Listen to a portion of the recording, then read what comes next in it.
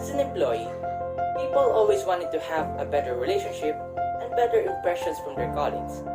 But it is not easily given to a person, yet it is earned. This shows the human's necessity of work ethics, a virtue or value that strengthens character and individual abilities. This has to come up because even when we want, there are people in a work environment that clearly are not in agreement with each other because of lack of work ethics. We interviewed the person that works as a quality assurance in a company and experienced a problem about work ethics. The interviewee declined to show his personal information to us as a privacy to him. What kind of work ethics issue have you experienced? Work ethic issues. So, sa company namin, yung pinaka-work ethic issues namin is unfair labor practice ng management through the employee or yung employer to employee. So, maraming issues about unfair labor practice. Number 2 question po. How are you able to solve the conflict?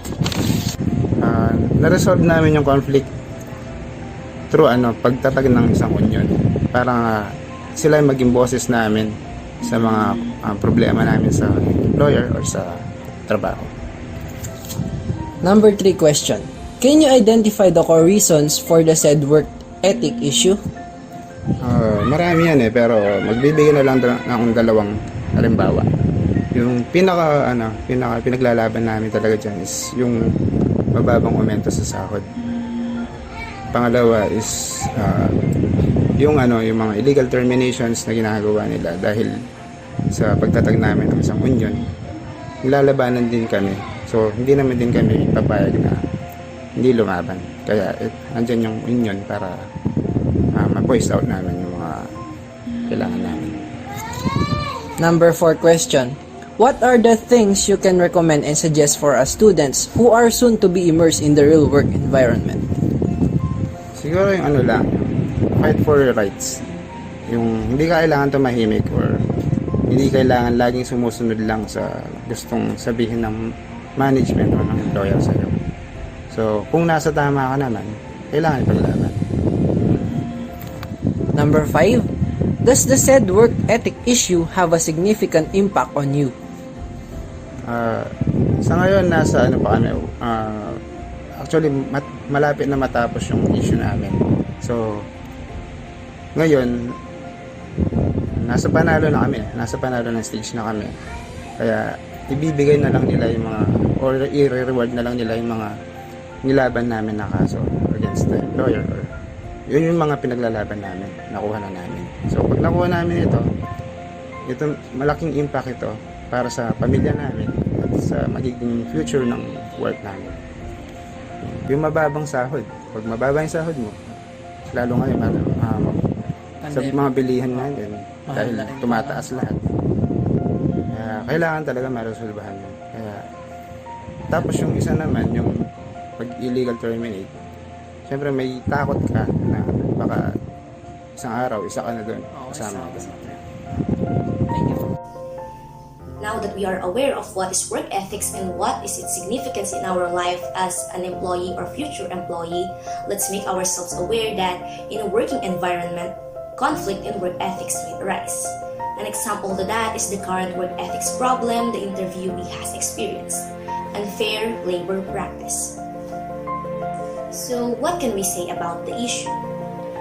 For us students, unfair labor practice is definitely one of the work ethic issues that can damage the relationship between the employer and the employee.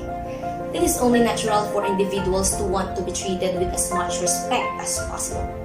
It is one of the issues that we do not wish to come upon when we take our path and work our jobs. No one deserves to be robbed and violated of constitutional rights just because an individual works in a higher position and has the authority within employees that is limited only to the contract of their employment.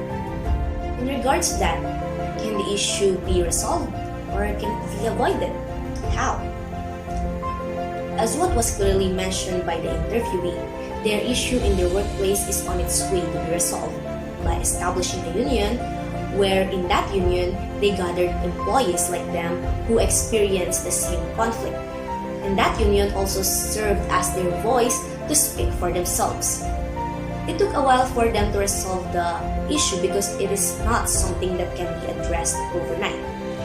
It's a serious matter that has violated the rights of the employees, resulting in a ruptured relationship and connection between the employer and employees. In that way, students firmly stand by the fact that the problem can be solved or avoided. To add or just to share in terms of what the students think about how it can be resolved or avoided, issues like unfair labor practices can be avoided or overcome if you as an employee know your rights. Knowing the things that are meant for you at the same time induced with right values and attitude, you will be able to know when you are treated right and when not. Unfair labor practices can be avoided if the legal ethics set by the company are implemented and observed by both employers and employees. Unity within a workplace is a way to avoid conflicts. In regards to that, students think the major factor that helped the people involved in resolving the issue is the unity the employees have. They were able to come together to fight for one another. To conclude, in any work, we can clearly state that the employees are one of the main foundations and contributors as to why a company succeeds. Without them, the company will malfunction and will be at risk. Thus, whilst ethical problems might have been perceived as small, they are actually very important and impactful not only to the individuals experiencing them, but also for the sake of the work establishment itself as well. Moreover, these certain ethical problems serve as an eye-opener for all of us to why it is a must for us to value and acquire work ethics. It tells that no matter what position someone might be in any workplace, everyone must treat each other in a justifiable manner, for otherwise, the company will crumble. Work ethics for students is the practice of not only nice work performance, but good attitude towards the work of each individual, but also having good behaviors towards every person inside the workplace. It is instilled within an employee. It is a constant practice of right attitude, conduct, and manners within the workplace and its vicinity. It is not something that is beneficial for the employees only, but for the image and of the company in general. It is something that we can learn, but something not everyone can practice in real-life settings. Kung nasa tama ka naman, kailangan ipaglaban.